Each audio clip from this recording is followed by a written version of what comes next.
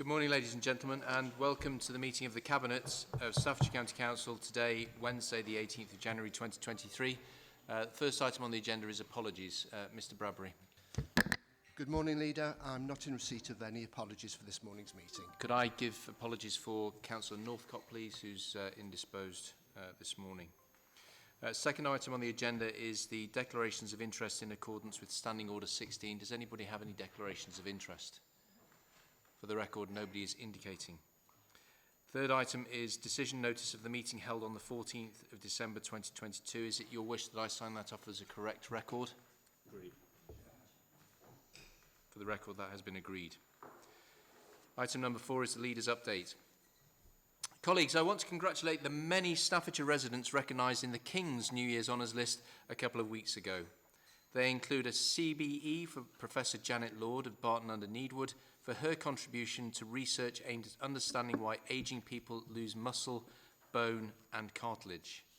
Congratulations also to one of our key partners, Staffordshire Chambers Chief Executive Sarah Williams, awarded an OBE for sterling services to the county's businesses. The latest rounds of awards once again showcase the world-class talent on our doorstep. It is hard to think that 12 months ago, COVID continued to dominate our agenda. Thankfully, much has changed in a year, as more people have been vaccinated.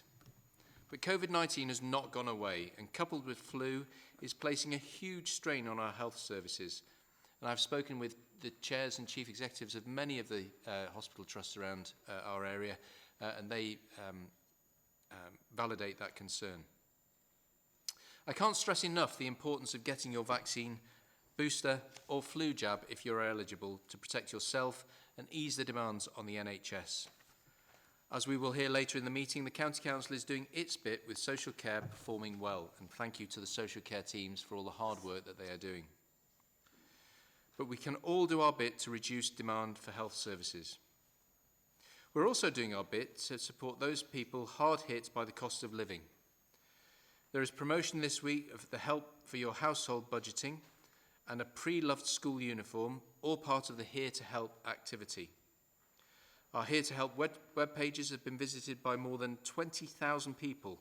So if you're struggling with money, heating, food, bills and more, please do look on the website. Fixing and improving our roads is one of the County Council's top priorities. We're investing in major schemes such as improvement and resurfacing work on the A34 near Stone, which started this week, and across the county we're spending millions extra this year to repair potholes. It's that time of year when cold and wet conditions cause the most damage to our roads, but Highways crews are working hard to tackle the backlog. I'd like to say thank you to the Highways teams for the hard work they've done overnight, over the past couple of days in gritting and making sure our roads are safe. Despite the fact that our roads are predominantly safe, some people do continue to drive like nutcases, and the consequences will be borne by them and them alone. So I would implore people, despite the fact that the roads are being gritted in the main, those main routes that we've got, just take your time. Better to get there in one piece and your car in the same shape that it set off in, rather than a different shape than the one you intended. Investment continues in our economy too, to create the sites and conditions for businesses to flourish and create more jobs for our people.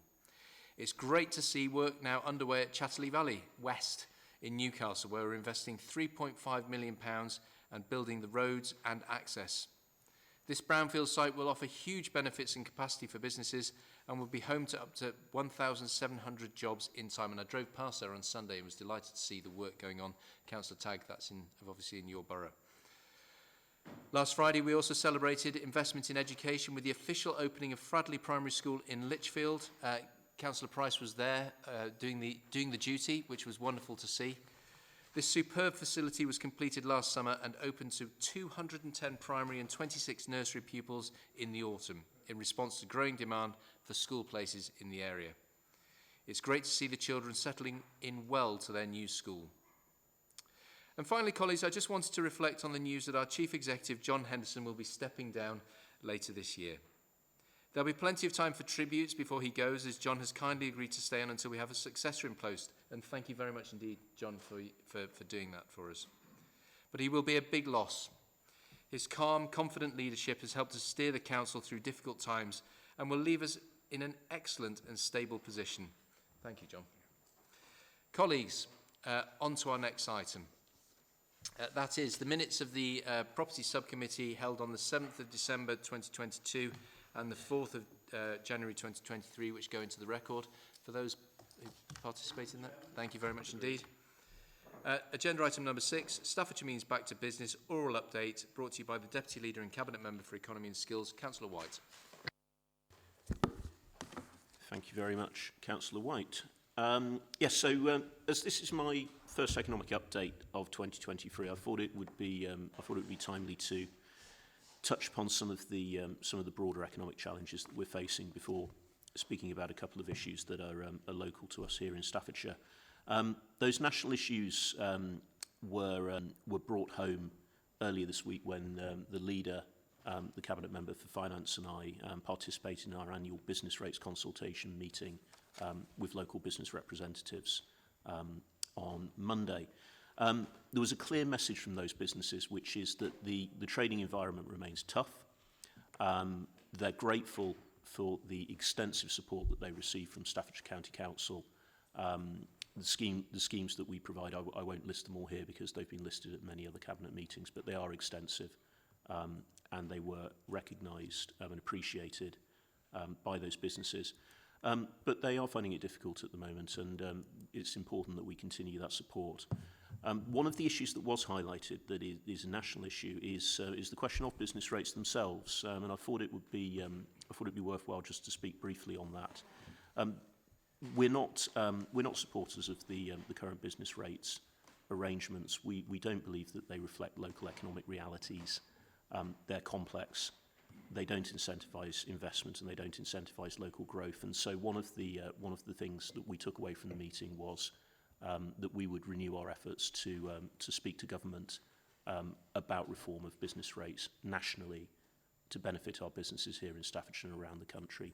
It's a very important topic, and it's an example, along with the schemes that we deliver locally and in partnership with businesses, representative groups and other councils, that we do also have a role in speaking to government about those national issues where appropriate.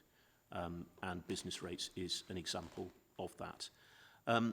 In terms of the other headline figures, Staffordshire has seen another small increase in our claimant rate, our unemployment rate, over the last month.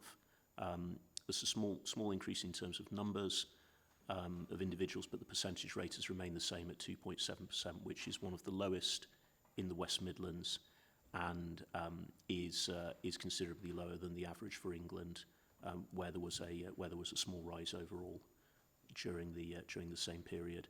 Likewise, our claimant count for young people has increased very slightly, and we remain hopeful that those numbers will continue to remain much lower than the national and regional averages. And in terms of hope, I think the one really encouraging thing in terms of the national picture is that it is becoming increasingly apparent that inflation has not only flattened out but does appear to be starting on its downward curve.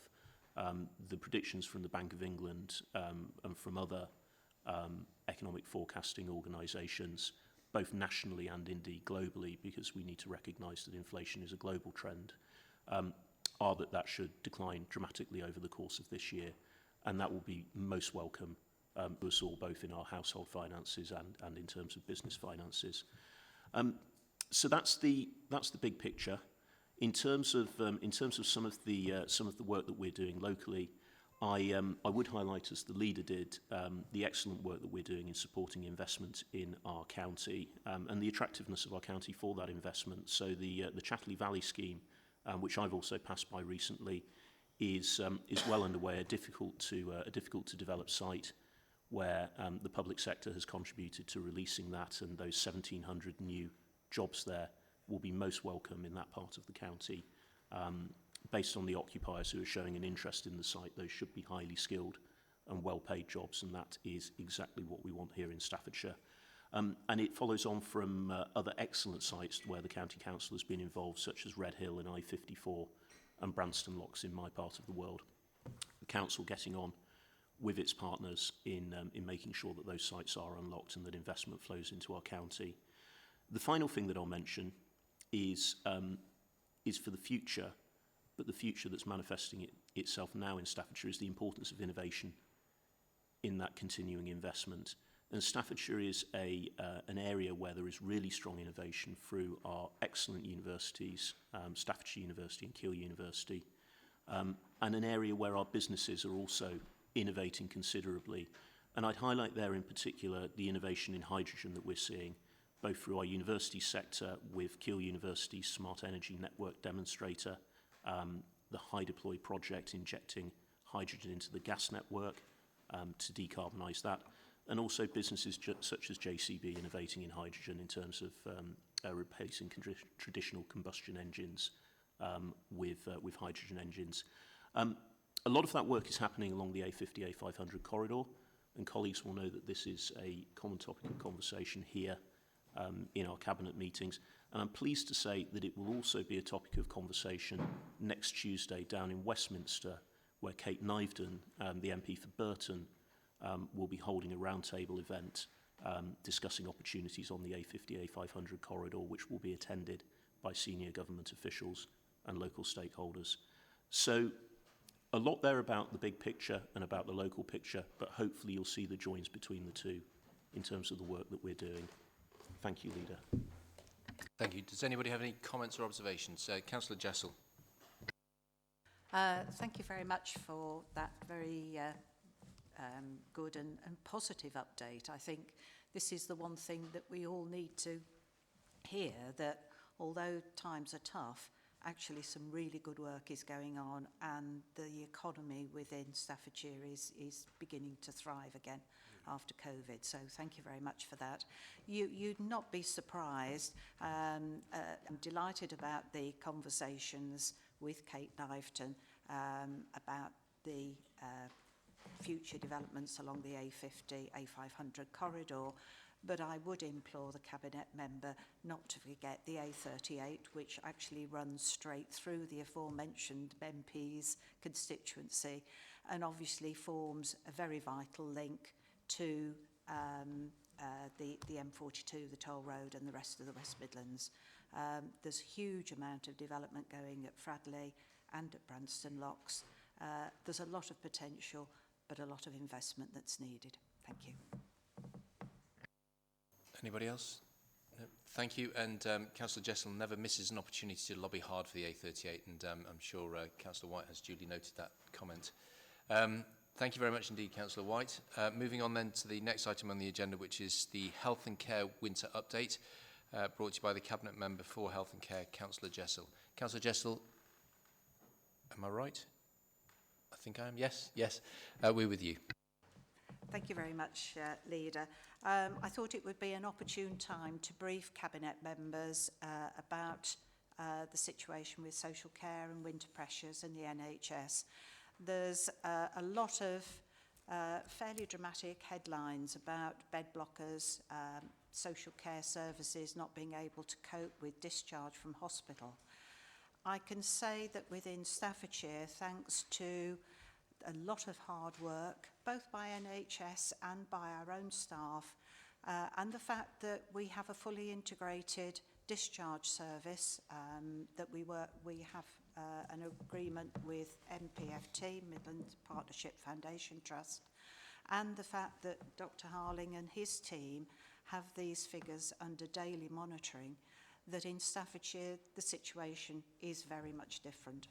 In terms of delays to discharge from hospital, the figures range from none to very, very few.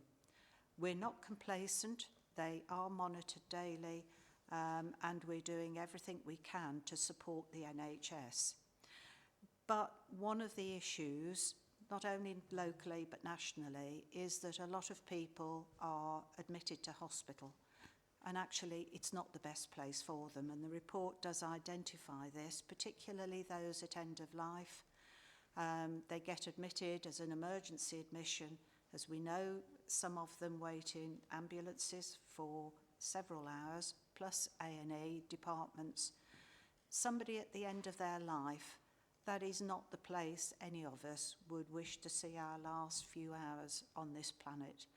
And the one thing that I have done, as you well know, Leader, I've written to the Secretary of State thanking them for the additional finance that we've been allocated in December that has to be spent by the end of March, but that actually I believe if we were given funding at an earlier point in the financial year, but also ongoing funding, we could actually deliver far better value for money for the taxpayer and a far better service for the people that we serve in Staffordshire, and this would apply nationally, because one can address these longer term, difficult to address issues that can't be tackled in 3 months on a one yearly basis.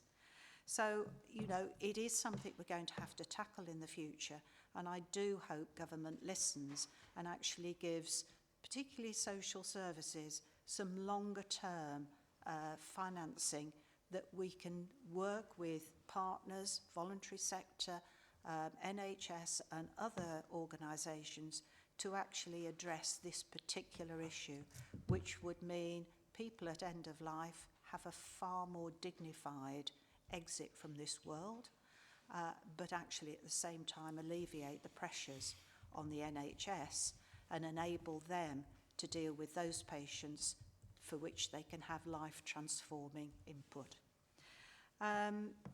The report goes on to highlight that we have been allocated a 3 million extra funding.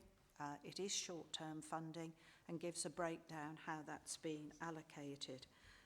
It's being dealt with under the Better Care Fund and obviously the Health and Wellbeing Board, and Councillor Mark Sutton has been briefed and has agreed to the allocation of this funding, but it will go before the Health and Wellbeing Board for final ratification. The one thing that we are doing is working with the NHS to promote vaccinations for the over 65s, and 84% have had their COVID boosters and 80% have had their flu vaccinations, but we continue to encourage people to get those vaccinations to protect themselves, because that is something we as individuals can do for ourselves, and does make a significant difference. I understand from national data that the flu situation is levelling out, and actually the emergency admissions in acute trusts are now going in the right direction. So overall, a lot of work has been done. Last year we made investments in what may seem quite small elements of the service, like paying home care staff for 7 days, even though the person that they care for has gone into hospital for a short stay. It all helps to oil the cogs to get those discharges back out, those patients back out into the community. We've got the enhanced home care service that this cabinet supported, the establishment of that. That is already beginning to make an impact, particularly in the north of the county. They're these small incremental improvements that we're making and will continue to make that I think put Staffordshire in a particularly strong position. But to reiterate your comments, Leader, I would thank the staff for all their hard work. There have been problems with sickness. I think we've all experienced over the last 2-3 months, the coughs and the colds, everything else that has gone round. But throughout it all, our staff have delivered an excellent service. Happy to ask any questions. Thank you. Thank you. Do colleagues have any questions for Councillor Jessel? Councillor DeVille. Yeah, thank you, Leader, and thank you, Councillor Jessel, for that really positive in many ways and interesting update.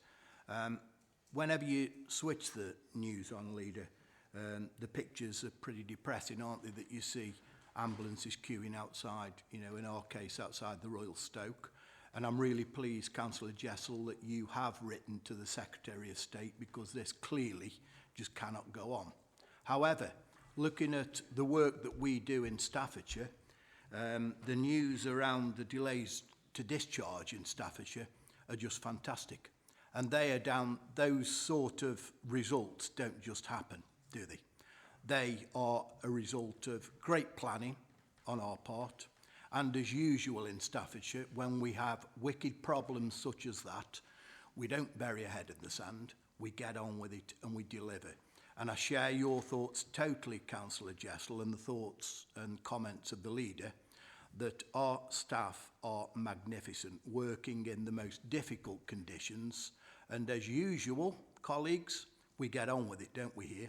And those results with regard to delays to discharge are just a tremendous credit to Richard Harling and his team and the wonderful staff that we have. Do we have challenges? Absolutely, we do. Will we take those challenges on board? Of course we will, as we always do. Thank you, Councillor Jessel. Councillor Parry. Thank you. I totally echo those thoughts from Mark DeVille. This is a really positive result based on a lot of work and effort and clarity around the strategy in terms of delivering a better outcome for patients and for residents. Who's telling the truth then? My question. Because every time you hear of the problems in hospitals, of ambulances queuing, of people waiting 11 hours for even an ambulance to turn up, for people dying in the back of ambulances, the answers you hear in national interviews, etc., is this is a problem where we cannot discharge people and therefore we haven't got enough beds and therefore we can't bring people into hospital because we can't get people discharged from hospital. It clearly isn't the case here. It clearly isn't the case here. You know, the evidence is there. You know, very low numbers waiting discharge in Staffordshire because of the work that Staffordshire County Council has been doing and working with health partners. So what is the cause then? What is the real reason? If it isn't that, what else is it? I'm going to bring Councillor Jessel back in, but there is a national narrative and a local narrative, and I think perhaps Councillor Jessel, if you'd like to talk a bit.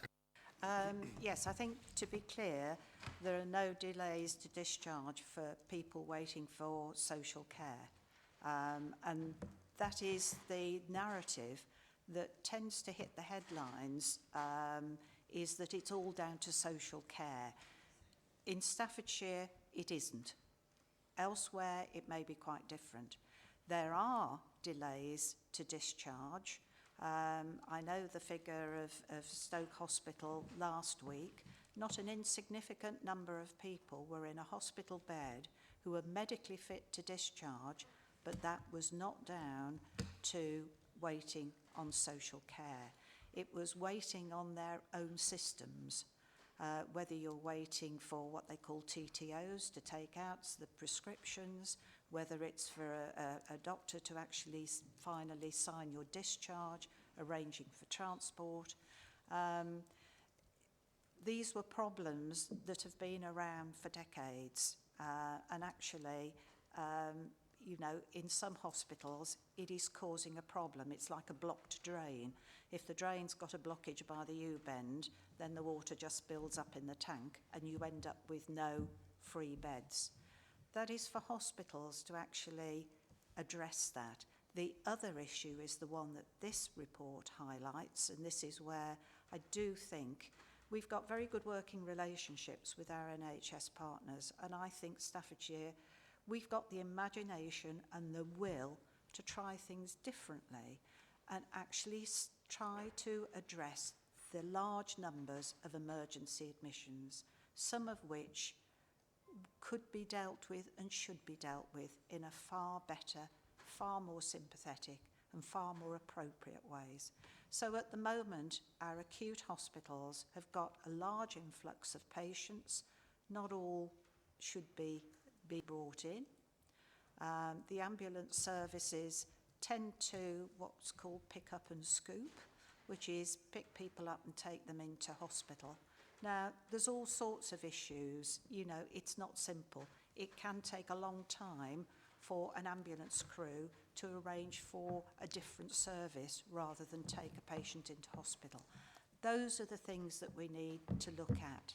So there are delays to discharge, but often it's within the hospital system itself. What I'm saying is that within Staffordshire, it is not down to social services. We have that fully integrated system. It is working very well. I think we need to kind of explode this one myth at a time, don't we? Because that's one myth we can do without, that it's not down to social care not doing their part in helping hospitals to discharge people. Let's forget that one, because I hear that being said in national interviews all the time. And that's, I think, become embedded in our thinking nationally that, oh, it's clearly a social care problem, as a big contributing factor to this. It's not. So this is clearly either an issue of inputs, of how the inputs are managed.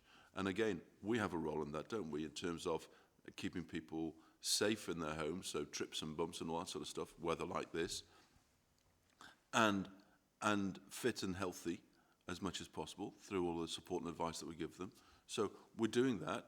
Often we're called the people who bookend health, and that we often prevent people going in and we help people to come out. So it feels like that's working from our point of view. So that means we can explode those myths, forget about them. Let's now focus on the middle bit of how that works in the setting itself. Those discharges you describe, whether they, and experienced this so many times myself, with members of my family going in and out of hospital. If you aren't out of there by 4 o'clock on Friday with the meds in the bag, you're staying until Monday. Everybody knows that. So you've really got to manage your own health in a sense in hospital. We need to be able to display that we're doing the right things and that we're not confusing the issue, which is what's happening in our hospitals and our ambulance services and what needs to be fixed, without blaming outside sources. So forget that, folks, is what I'm saying. I'm doing my bit to explode part of this myth. So it's not our role in this particular agenda item to try to diagnose the problems of the patient flow. But what I can give you reassurance about is that I'm having conversations with the senior leadership of NHS colleagues across the county and the city, making sure that we are playing our role, understanding where the pinch points are within the system. I would draw your attention to struggles that people have to get to primary care as well, which drives flow into A&E and drives calls into 999 to get an ambulance. So it is a system-wide approach. We're approaching it in a system-wide fashion. The Chief Executive is our member on the Integrated Care Board. I'm our representative on the and co-chair of the Integrated Care Partnership, and we are addressing these issues that you've highlighted, Councillor Parry. We could find ourselves talking at length about this, and I would be delighted to, because it's a subject that's very close to my heart. But for now, we'll just stick with the update from Councillor Jessel on the social care front. Councillor Wilson, we'll take you, and then Councillor Jessel, can you give us the recommendations, please? Thank you, Chairman. I just wanted to congratulate the Cabinet member for the fact that, as always, we seem to buck the trend here in Staffordshire and seem to help our citizens here where others don't. So congratulations on that. And I know there was a slight word of warning there from you, Chairman, not to get too bogged down in the whys and wherefores, but I would say that at the other end of the hospital, at the A&E entrance, where people come in by ambulance or self-present, I don't know what the figure is, but I'm certain that perhaps half of those people shouldn't even be presenting at A&E, and that's an educational thing that we need to possibly address alongside our NHS partners as well. But yes, I just want to, as I say, congratulate the Cabinet member and say that, as always, Staffordshire bucks the trends and looks after our citizens remarkably well in the face of real issues, particularly over the Christmas period. Thank you. Yes, and I think, we will continue to do that. I would hate anybody to think that we were complacent, because you never know what's going to come round. Often demand on hospitals increases in February. So we are vigilant and we'll continue to work with our partners. I think the last paragraph in the report also does highlight the fact that we're working to address things in the future. We have an ageing population, so we know demand is going to be forever increasing. But we're working on this consistent strengths-based approach whereby, you know, we encourage people, what can you do for yourself rather than what can we do for you? Because it's surprising, actually. There has been a tendency in the past, both social care and NHS care, to wrap everybody up in cotton wool. And actually, what we're trying to do is to encourage people to be able and to facilitate that, to do as much for themselves as they can. But, you know, in the Cabinet reports we had in December, we're looking at nursing home provision, extra care provision, providing the right accommodation for people. I've been around a number of extra care developments, and they enable people to age in a very supportive environment, be active, socially, physically active, and actually the more people who can live like that and independently, a good quality of life, the less people will need social care and NHS care. So I'll move to the recommendations. I recommend that Cabinet A, note the pressures facing the NHS this winter, and B, note the additional services commissioned by the Council to facilitate timely hospital discharges and support those residents who need social care. I so move. You've heard the recommendations. All those in favour? That's unanimous. Moving on then to the Future Social Care Workforce Strategy, brought to you again by the Cabinet Member for Health and Care, Councillor Jessel. Thank you very much, Chairman. Recruitment and retention of staff is a challenge nationally and locally. As I've said just previously, we know that the demands on social care will increase with a rapidly ageing population. And also there are less young people coming into the workforce. So it will be a real challenge. But in Staffordshire, we take these challenges and we undertook quite an extensive consultation with staff, with providers, both private and our own providers, to get feedback from staff and people working in the care industry, what is important to them. Now, I don't shy away from the fact that obviously pay is a significant factor, but career progression, training, support. It was heartening to see how many members of staff actually found their roles very fulfilling and actually would recommend the roles to other people. So there are very positive indicators there. And this strategy sets out how we intend to address the difficulties that we've got and to ensure that we've got a valued and well-trained and supported workforce so that they can provide good quality care for young and old that are in need of that care. As I say, this is a jointly prepared strategy with the NHS, local providers and partners, and I say it was heartening to see a number of care home providers being involved in this, and they want to continue to be involved. And when we look at the data within this strategy, by 2032, it's estimated that we will need an additional 34,000 employees in the care industry. Now, that to me indicates that not only have we got to recruit and retain staff, we've got to train them to do things in a different way. That's using information technology, using supportive equipment, because we can't carry on providing the care in the same way that we do at the moment. It's not an industry that is as modernised as much as it could. The caring industry, obviously there's a lot of hands-on work that I can't see robots providing that care, that kind of personal care within the next 10 years, but you never know. But there is a lot of assistive technology that can be introduced, but you've got to have the staff that's been trained to be able to use it and to be able to think innovatively.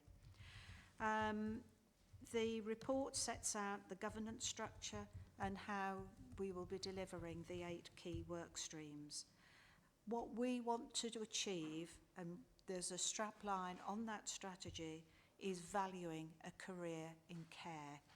And I think that is something that is underpins what we're trying to achieve. So this is a strategy, as I say, it will be endorsed by partner organisations and may be subject to 1 or 2 pre-publications amendments, but the intention is that if it's endorsed by all the partner organisations, that it will be launched in March of this year. Happy to answer any questions. Councillor Sutton. No particular questions. Just wanted to, add my weight behind that, because if you look at that strategy as areas as well around social care for children and how important that is, so really welcome the strategy and what we are doing combined to try and address issues as they come forward. And if you just look at social care for children and you look at the staffing that will be required going forward, you can see the amount of numbers of qualified staff of all levels, not just social workers, but other roles as well, and the real importance of us getting this right as we go forward. Councillor White. Thank you, Leader. Thank you, Councillor Jessel. It's a really good report, this one, and it's absolutely fit for purpose. I think we're all aware of the challenges generally in terms of recruitment at the moment, and in terms of the size of our workforce not matching the size of our demand for people. But I think that's particularly acute in this area. It was brought home to me earlier this week when I visited Tamworth College, one of our excellent FE colleges, where they train a lot of our care workers, they reflected exactly what's contained in this report in terms of the conversations I had with their chief exec and their director for care courses, and it's about that career path. That's the essential thing. And that we have that offer for people so that they can see how they progress if they want to, but that there are stopping off points along the way so that people can go as far as they want at a particular time, pick it up, take it further, or carry on through. And this really offers that, and I think it will be enormously helpful. And I suspect there might be a bit of best practice in here that others can pick up as well. So thank you very much. Thank you, Leader. I'd like to echo the comments that have already been made, but when I look at the strategy, I'm really pleased with the clear, concise strategy we've got. Usually, strategies can be 50 or 60 pages. This is clear how we want to make a more resilient workforce. We want effective recruitment. We want to retain those. And as the Deputy Leader just said, that's all about training value out of the job which they're doing. And I can't think of a job that's more valued than looking after some of the most vulnerable people in our society. So really endorse this. Thank you, Chair. Thank you, Councillor Tagg and Councillor White, for your comments. Brevity is next to godliness, and it also has the added benefit of it actually getting read because it's sufficiently succinct in order to encourage people to do so. But I'd also praise Councillor Jessel and Dr. Harling for their workforce strategy, because it does contrast with the NHS absence of a workforce strategy. As the NHS Confederation said last month, the NHS needs a workforce strategy in order for it to be able to deliver the services that the government's demanding of it and not rely on agency workers. And what we're doing here at Staffordshire County Council is leading the way. You've created a workforce strategy. It is something that we're going to stick to, and I applaud you for bringing it to us, something I've wanted to see for many years, and you finally delivered it for us, so thank you very much indeed. Of course, now the hard work starts, doesn't it? So heaping praise upon you and Dr. Harling, but actually what you've done is you've set yourself up for a load of work in delivering it. So all power to your elbow. Would you like to sum up, please, and give us the recommendations, Councillor Jessel? Yeah, yes, I was just about to say, I'm a great believer in strategies that are clear and concise and actually don't try and solve all the world's problems, but actually focus on those things that you can deliver, because the strategy document is the beginning of the journey. We've now got to deliver it, but deliver it with our partners, and, you know, in a few years' time, we will hopefully see the benefits of what we're trying to achieve. But as I say, the underlying theme is to promote valuing a career in care and enabling people to come into that profession, that calling, whatever you call it, and where they want to, as Councillor White quite rightly say, progress through training, support, and perhaps, you know, encourage people. I met with some members of staff who are doing a bit of a business enterprise scheme in Burton. And I said, don't forget, we want to encourage people to set up business in social care, providing home care. You know, so there are all sorts of opportunities. And I think the NHS and social care generally have not done themselves any favours in the past. If you continually complain about the NHS and staff under pressure, etc., you will not encourage people into that profession. The surveys that we've done are heartening in how the staff working in this profession believe that what they're doing is really very valuable, not only to us but to the people they provide. So yes, the delivery is now the key focus on this. So if I can move the recommendations, I recommend that Cabinet A endorse the Staffordshire's social care workforce strategy, and B, note the timescales for launch and arrangements for implementation. I so move. You've heard the recommendations. All those in favour? That's unanimous.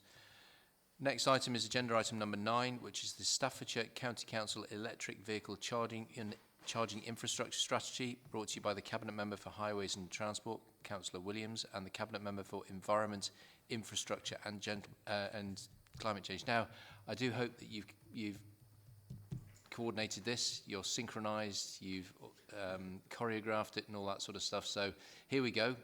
Over to you two. Thank you, Leader. Members, as you are aware, the County Council declared a climate emergency in 2019, and we are making great progress as an organisation to achieve our target of net zero carbon emissions by 2050. However, the entire public sector is responsible for a very small proportion of the county's total emissions. Transport accounts for around 40% of Staffordshire's annual carbon emissions, and as well as contributing to climate change, has a major impact on public health. We have a role to play in inspiring and making it easier for people to switch to green and active travel, such as walking and cycling, or the use of electric vehicles. Indeed, the government has banned the sale of all new petrol and diesel cars beyond 2030. So across the country and in Staffordshire, we need to see more charging points installed for electric vehicles in public places, on street and in workplaces. While it is not the County Council's role or responsibility to install the charging points, we know our communities and we want to work with our partner local authorities and the private sector to make sure that we have a convenient and accessible network of charging points in Staffordshire that supports the move away from petrol and diesel vehicles. This strategy provides the details for why we need to act, explains our current position in the county, and outlines the role that Staffordshire County Council will play to assist and enable the private sector to create that accessible charging network we need for the future. Thank you, Leader. I couldn't have said that better myself. Well presented by Councillor Williams. And I think just to add to that is to emphasise the fact this strategy is an overarching strategy that will enable the private sector to implement EV charging points across the county. This is a truly cross-county and district agreement. It's going through each of the district council cabinets as well, and districts will have a key part to play in making sites available in their car parks, for example, across the county to enable these EV charging points to go in. And the county will have that overarching role of coordinating the strategy which the government has given to us in the legislation it's passed around this. So I think it's a longer strategy than what we just talked about for the health, for the care, social care, but it needs to be. But there is a quite succinct summary document which is attached to this, which goes into the full details on how this will be operated across the county. So I endorse it, and I think it's true partnership working to deliver something, as Councillor Williams says, we're going to have to deliver, which is this rollout of EV as electric cars come online.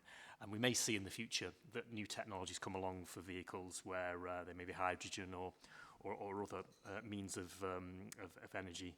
But at the moment, we have that deadline, 2030, coming up fast. So we have to provide that infrastructure for the ever-increasing EV cars that will go on to the roads of Staffordshire.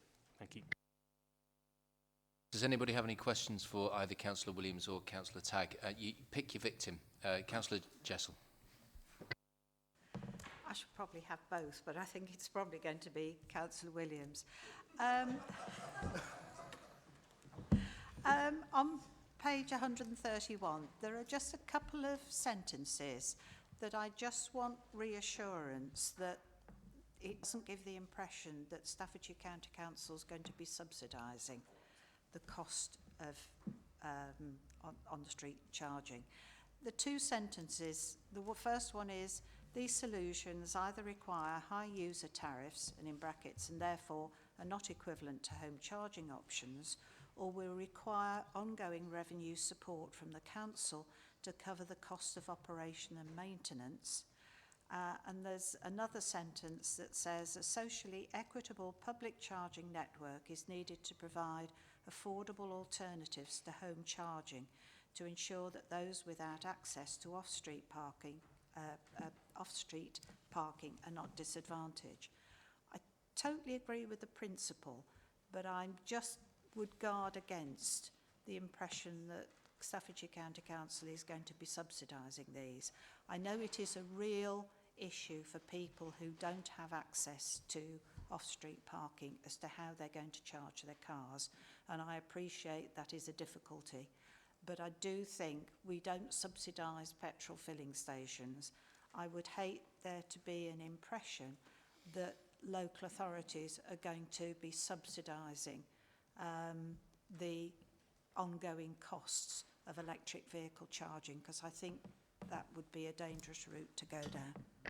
Councillor Parry, did you have a question as well, or do you want to hear the answer to this before you come in if necessary?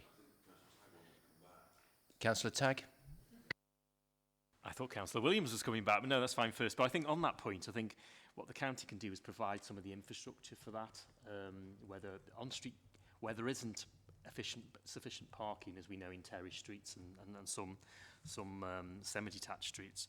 You know, we can possibly use street furniture that we already have on there, sort of street lights. We can partner with organisations to ensure that there is a charging point near to each property. But this is something which, in the longer term, we're probably going to need, you know, national government legislation on this, because it's going to be impossible to provide a charging point for everybody outside their houses, and it's just not going to be possible. But there are many ways which the highways team, I believe, are looking into ways of doing that, and I'm sure Councillor Williams can fill in the gap. Thank you for that. Yeah, when it comes to the subsidisation of it, you're quite right. Now, the County Council won't be putting County Council MTFS monies into this. This will come from government central funding, which will they're putting a large pot together, and that will be then sent down, which we can apply for, and then we will be dishing out to with our districts and boroughs. The point of what we're trying to do with this entire strategy is make it very local. We are there for enabling and supporting the districts and boroughs and the parishes in enabling them to get this provision, and ongoing maintenance costs and ongoing any costs will be part of what the deals that will come out from the procurement from the private companies that will actually installing these charging points around the county.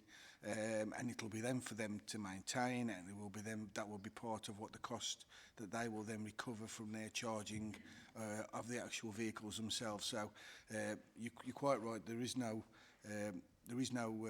subsidy coming from county council. It will literally be from the funding that central government are putting out for private companies to provide these different machines. And there needs to be different ones around the county because of timing. So overnight ones are very low in kilowatt hours, and other ones are quick chargers. And also we need to have some different ones because obviously some companies have decided to have their own fittings, and therefore they don't fit everybody else's. But there isn't a case where that it's going to be for the county council. I think we need to be absolutely clear here about what our responsibility is with this. My mobile phone, relies upon a signal for me to use it. If I'm sitting here, I could use it. It's got a full signal. It's great. If I drive 5 miles east from here to where I live, I'm walking around my house like this because there is no signal. Am I bemoaning Staffordshire County Council for not thinking about the infrastructure of mobile phone technology signals around the county and the infrastructure that's required for us all, which we all depend upon these, not just for general communication, but for security as well, for safety, for contacting. There ain't no telephone boxes anymore for contacting emergency services, etc. That's essential. But I don't bemoan Staffordshire County Council or assume it's Staffordshire County Council's responsibility to make that happen. The people who are responsible for it are the providers of the technology, the people making money out of this.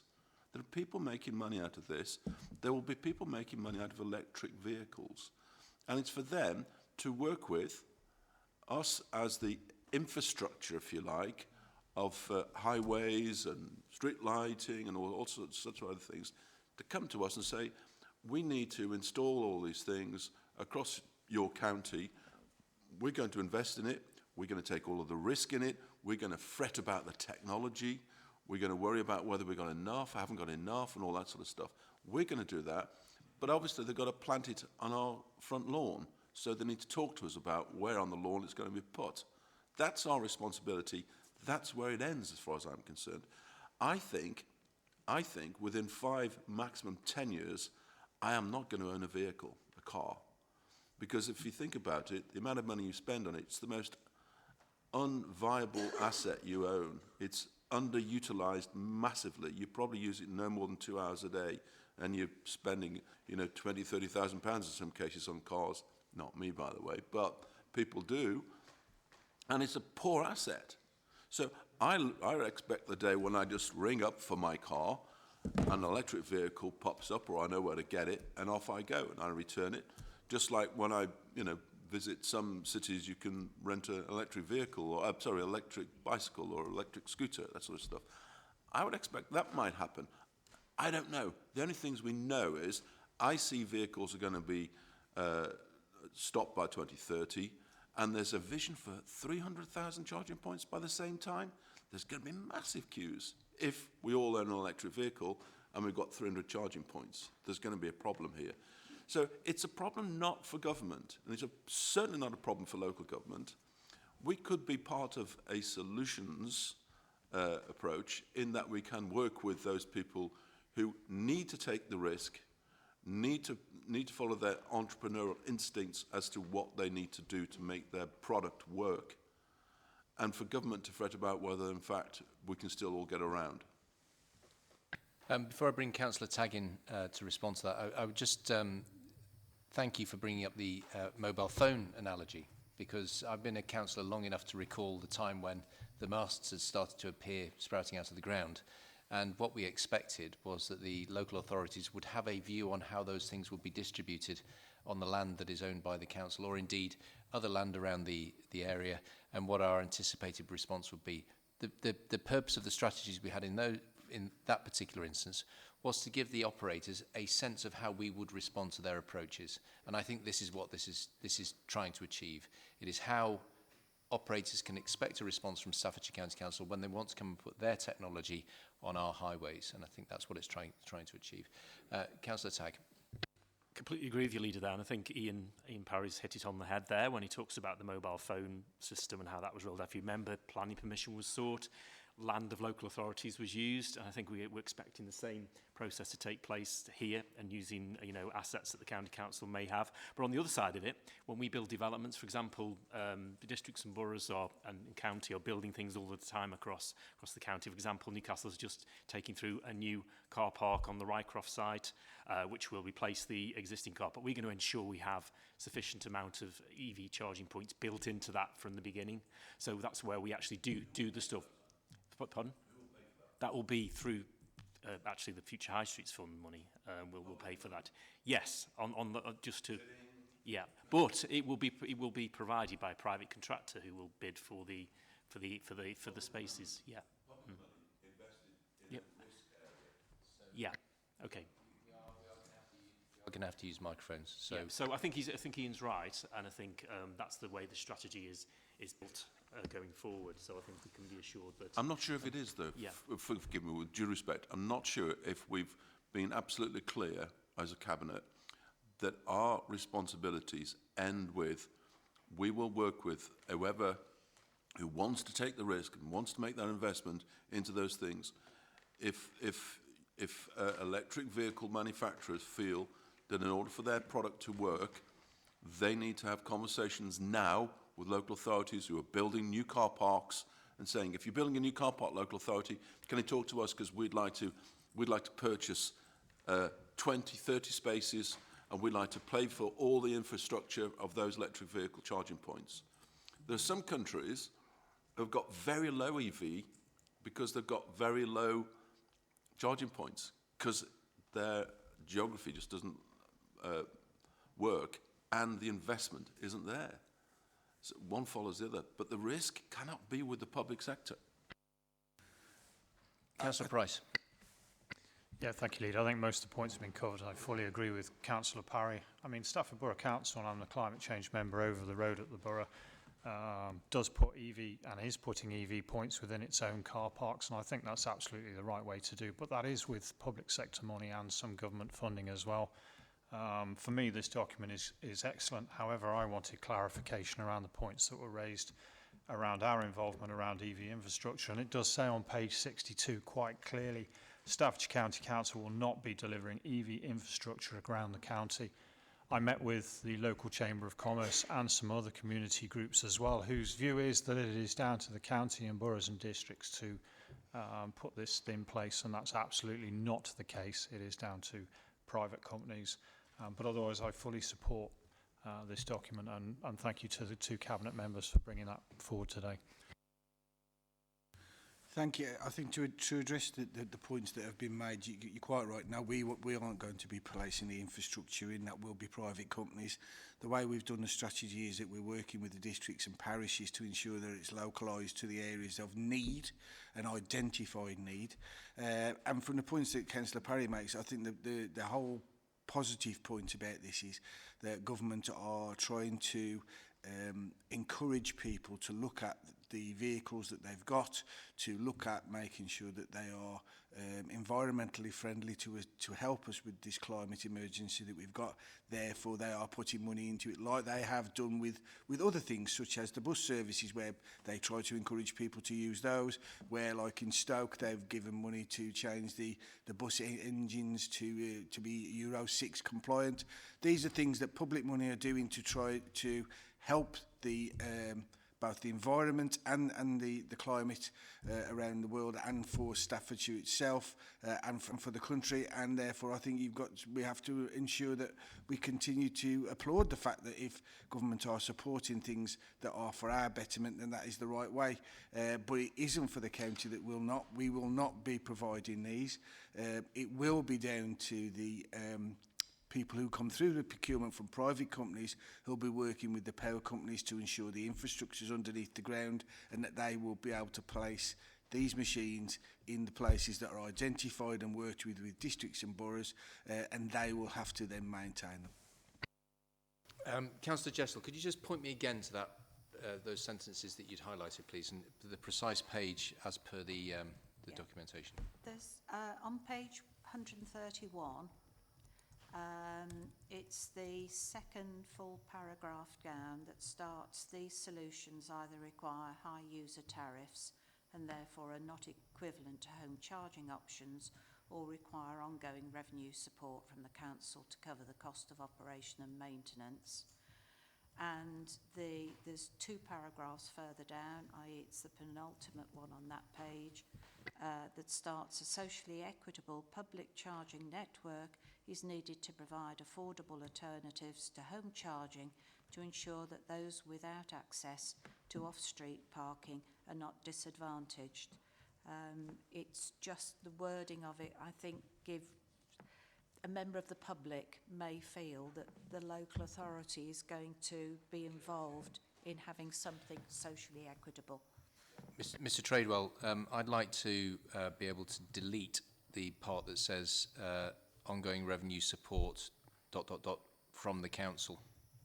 So it can say ongoing revenue support to cover the costs of operation and maintenance from wherever that comes, or something to that end, to remove any doubt at all that the council is on the hook for the revenue support of those charges. I think Councillor Jessel's point is well made, and I think that what will happen is that as people refer to this strategy, they'll go through it with a fine-tooth comb. They will pick up on that and say, well, what contribution is the council going to make to the revenue support of this charging point? Can you suggest a form of words or a way around this to remove that element of doubt, please? Well, I think in terms of the first recommendation, if the approve the adoption of the Staffordshire County Council Public Electric Vehicle Charging Infrastructure Strategy, as attached in Appendix 1, with the recommendations made, with the amendments suggested by the Leader of the Council, and Mr Bradbury will list those recommendations, those amendments, in the actual minute for the item. As long as it gets amended within the strategy document, because that is what's going to go public. Well, if that recommendation is made by this cabinet, that will trigger the amendment. Happy? Yeah, again. You need to use mic. What Councillor Jessel was saying, really, if we came back to this 2 years from now, 5 years from now, we look at this document and say, what did we intend here? What was our responsibility? What was our plan? Is it clear that we are not putting any resource into this? This is for a private sector. We are just facilitating. Councillor White? Yep, just briefly in hope of drawing us to a conclusion, I think the amendment you've suggested, Leader, is sensible. The fundamental point is that we're not looking to step into the space that private enterprise properly occupies. That is rarely a good idea. This is for the market to take care of. The demand will either be there to fund this or it won't. And I think we can reflect that by the amendment that you've proposed. Cabinet members who are leading on this, are you content with that? It's a relatively minor amendment, but I think it does clarify the situation very nicely. Are you happy with that, both of you? Yes? Yeah. Okay, in that case, there is a slightly amended recommendation, which is that the portfolio holders recommend to Cabinet that we approve the adoption of the Staffordshire County Council Public Electric Vehicle Charging Infrastructure Strategy, referred to as strategy from here on in, as attached in Appendix 1, subject to the amendments proposed by the Leader of Council, as discussed. Yeah, okay, that'll do it. And then can we please, Mr Ayres, make sure that those amendments are incorporated forthwith? And then the second recommendation is to note the additional guidance on EV strategies may be issued by the DFT in connection with local transport plans, and to agree that any minor required text change are delegated to the Director of Economy, Infrastructure and Skills in consultation with the Cabinet Member for Highways and Transport and the Cabinet Member for Environment, Infrastructure and Climate Change to implement. I think that actually also covers it off as well quite nicely. So we've got that belt and braces. I've read it out because there's an amendment. So first of all, are members of Cabinet happy with the proposed amendment? And then the new recommendations, as I set out a moment ago, happy with the new recommendations? Yes. Okay, thank you very much indeed. And thank you, Councillor Jessel, for highlighting that. And Councillor Parry, it does remove that any element of doubt in due course when there are others sitting around this table who may well be expected to deliver on the strategy we've approved this morning. Right, we're moving on then to agenda item number 10, the Staffordshire Sustainability Board Communication Plan 2023, brought to you by the Cabinet Member for Environment, Infrastructure and Climate Change, Councillor Tagg. Councillor Tagg, I've got to say how delighted I am to see this. I've had people coming back from different quarters saying, wow, how did it take so long? But it's now we're here, and it's great to see that you've got a plan to bring forward this morning. So I don't want to steal any more of your thunder, but over to you. Thank you, Leader. Yes, a good report to bring, and I think it's something which has been wanting to be achieved, really, for us all to work together across the county, borough and districts and county, on a joint comms plan in this important area, which we've all committed to take forward the net carbon zero agenda. So as a result of the Sustainability Board, which has been set up over the last 12 months or so, we have agreed a joint comms plan that we're bringing forward today. And it's not about lecturing people, it's not about forcibly changing behaviours, it's actually pointing people in the right direction of how they can recycle more. Some of the details of how we need to reduce, obviously, carbon emissions. And also, for example, making sure we recycle plastic. There was a roadshow that came up to Newcastle Town Centre where we illustrated a ton of plastic. And we had the Borough Council's recycling teams there, the county's team there and the comms team to really speak to people out in the community how the importance of recycling plastic.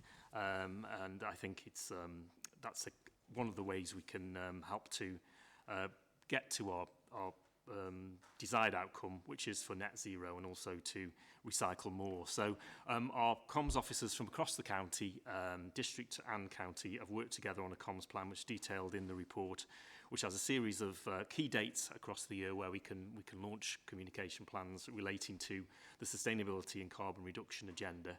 And this has been funded through the districts and the county coming together on a funding opportunity and their teams of comms officers working together on this joint plan.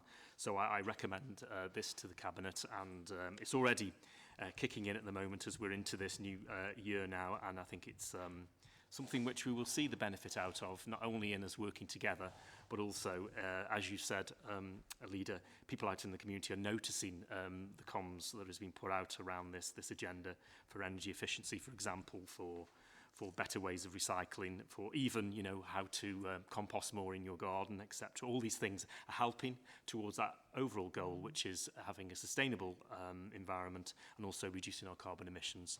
Thank you. Thank you. Does anybody have any questions? No.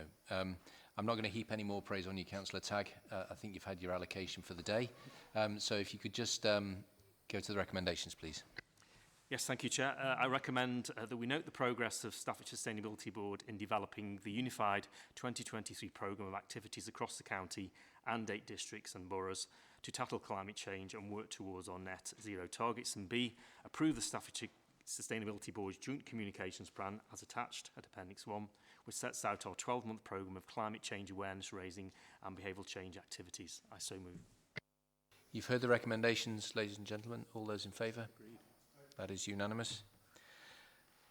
Moving on then to decisions taken by Cabinet members under delegated powers. The first item is the approving the transfer of an item.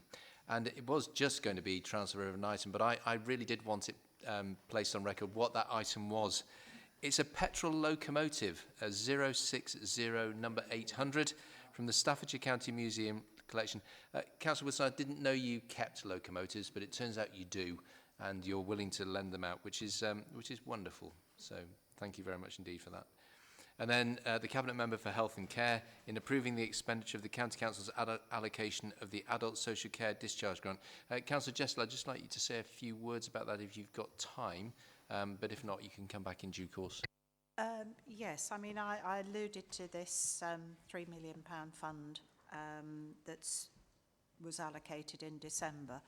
And the breakdown is, in effect, there's 854,000 going into home care packages, 579,000 for care homes. It will be invested in providing additional assessment capacity, and also 414,000 which will be going to support the voluntary sector, providing assistive technology and equipment to improve the efficiency of the care home sector. And there's 739,000 which will be allocated to support recruitment and retention in various initiatives. So it is to be welcomed, apart from the fact that I think there's probably a better way forward in the future, which I've alluded to. It's the non-recurrent nature of it, which is the obvious thing to talk about. Right, thank you very much indeed, Councillor Jessel. Moving on then to the forward plan of key decisions. The following items will be taken at the February meeting. There is, of course, Mr Bradbury, a special Cabinet meeting next week, which is the medium-term financial strategy. Any comments on that? Yeah, that's correct, Leader. The reason it's not included in this forward plan is this forward plan deals with the period from February onwards. The MTFS is included in the last forward plan. Thank you. Thank you for that note of explanation. The following take place in public in the February meeting. Diversity Inclusion Progress Update, brought to you by the Leader of the Council. Empowering Our Communities, brought to you by the Cabinet Member for Communities and Culture, Councillor Wilson. Integrated Performance Report Quarter 3, brought to you by the Cabinet Member for Finance and Resources, Ian Parry, and myself. Our People Strategy 2020, this is in March, our People Strategy 2023 and beyond, brought to you by myself. The Capital Programme for Schools 23-24, brought to you by the Cabinet Member for Education and Send, Councillor Price. Councillor Sutton, have I missed something? I just wanted to comment on the house project when you get... You wanted to comment on the next item. Oh, right, okay. Moving forward to the house project, brought to you by the Cabinet Member for Children and Young People, Councillor Sutton. Councillor Sutton. Yeah, that item isn't going to come to Cabinet at this stage. Okay, should we please delete that? Thank you. Highways and Transport Capital Programme 23-24, brought to you by the Cabinet Member for Highways and Transport, Councillor Williams. Again in March in public, the Staffordshire County Council Local Flood Risk Management Strategy, brought to you by the Cabinet Member for Environment, Infrastructure and Climate Change, Councillor Tagg. Mental Health and Mental Wellbeing Strategy 23-28, brought to you by the Cabinet Member for Health and Care, Councillor Jessel. Then into June, the Joint Coroner's Service Legal Framework and Financial Protocol, brought to you by the Cabinet Member for Communities and Culture, Councillor Wilson. And that concludes the forward plan of key decisions. Agenda item 13 is the exclusion of the public. I move that the public be excluded from the meeting for the following items of business which involve the likely disclosure of exempt information as defined in the paragraphs of Part 1 of Schedule 12A as amended of the Local Government Act 1972 as indicated below. By Kerry.